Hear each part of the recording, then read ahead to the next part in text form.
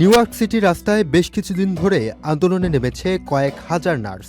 কয়েক দশকের মধ্যে এটি সবচেয়ে বড় ধর্মঘট। এই ধর্মঘটে অংশ নিয়েছে প্রায় 15,000 নার্স, যারা নিউ ইয়র্কের 3টি বড় হাসপাতালে কর্মরত।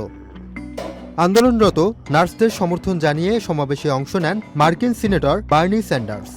তিনি হাসপাতাল কর্তৃপক্ষের কঠোর সমালোচনা করে বলেন, এই দেশের মানুষ স্বাস্থ্য খাতে লোভের রাজনীতিতে ক্লান্ত।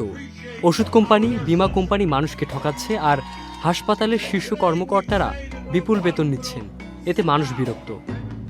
একই সাথে নার্সদের প্রতি সমর্থন জানিয়েছেন নিউ ইয়র্ক সিটির মেয়র জোহরাম মামদানি। তিনি জানান,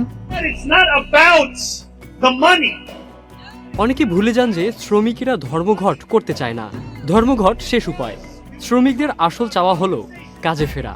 তার জন্য সব পক্ষকে আবার আলোচনায় বসতে হবে এবং দ্রুত সমাধানে পৌঁছাতে হবে।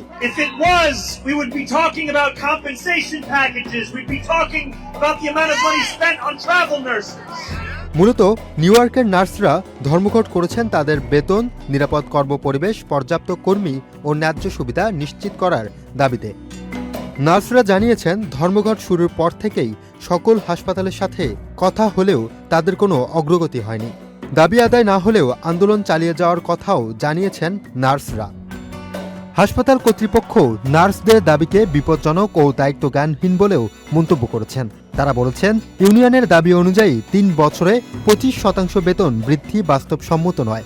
তারা আরও বলেছেন, ধর্মঘট চলা সত্ত্বেও হাসপাতালের চিকিৎসা সেবা চালু রয়েছে। Muin Tasdid, Channel I.